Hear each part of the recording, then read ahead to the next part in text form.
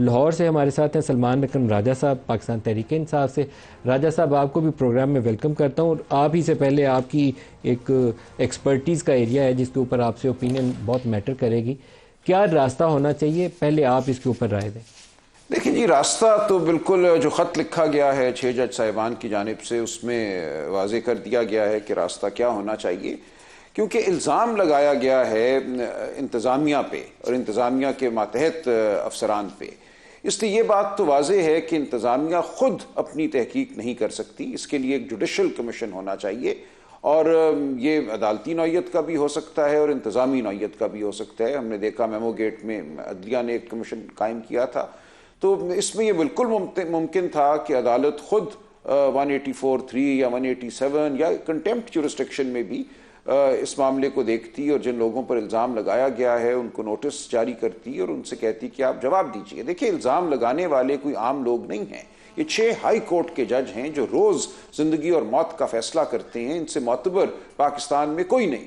جب وہ ایک بات کہہ رہے ہیں, وہ کہہ رہے ہیں کہ ہمارے بیڈ روموں میں سرویلنس ڈیوائسز ملیں جہاں ہماری تصویریں, ہمارے حرکات جو ہیں ان کو ریکارڈ کیا گیا, وہ یہ کہہ رہے ہیں کہ میرے بہنوئی کو اٹھایا گیا اور اس کو بجلی کے جھٹکے لگائے گئے, وہ جب یہ تمام باتیں کر رہے ہیں کہ ہم پہ دباؤ ڈالا گیا من پسند فیصلے لینے کے لیے, اور نہ صرف ہائی کورٹ پہ جو ماتحت جوڈیشری ہے, ڈسٹرکٹ جوڈیشری ہے, اس کے ججوں نے آ کے بتایا, آہوازاری کی, اور یہ تمام معاملہ پچھلے کئی ماہ سے چیف جسٹس پاکستان مئی میں انہوں نے کہا, مئی 2023 میں بھی ان کے سامنے رکھا گیا, اس کے بعد بھی تواتر سے جو چیف جسٹس اسلام آباد ہائی کورٹ ہیں ان کو مطلع کیا گیا, لیکن کسی نے کچھ بھی نہیں کیا.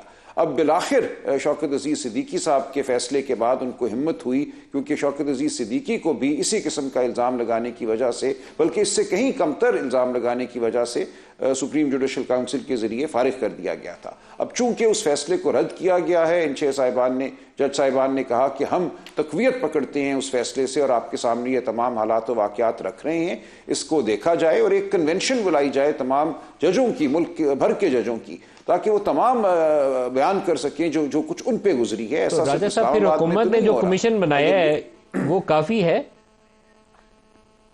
بالکل ناکافی ہے, بالکل غلط ہے. میری نظر میں یہ لایا عمل بالکل اس معاملے کو بس کھٹائی میں ڈالنے کے لیے. اس قسم کے کمیشنز کا کوئی نتیجہ نہیں ہوا کرتا. حکومت خود یہاں پہ ملزم ہے, ملزم اپنی تحقیق خود کیسے کر سکتا ہے. یہاں ایک جوڈیشل کمیشن ہونا چاہیے, اور جس کنونشن کا ذکر کیا گیا ہے جج صاحبان کی, وہ آنی چاہیے تاکہ کھل کر تمام واقعات سامنے آئیں ملک بھر سے, اور اس کے بعد ایک جوڈیشل انکوائری ہونی چاہیے. اس قسم کا کمیشن جو حکومت خود قائم کرے گی اپنے تحفظ کے لیے, اس پر کسی کو اعتماد نہیں ہوگا.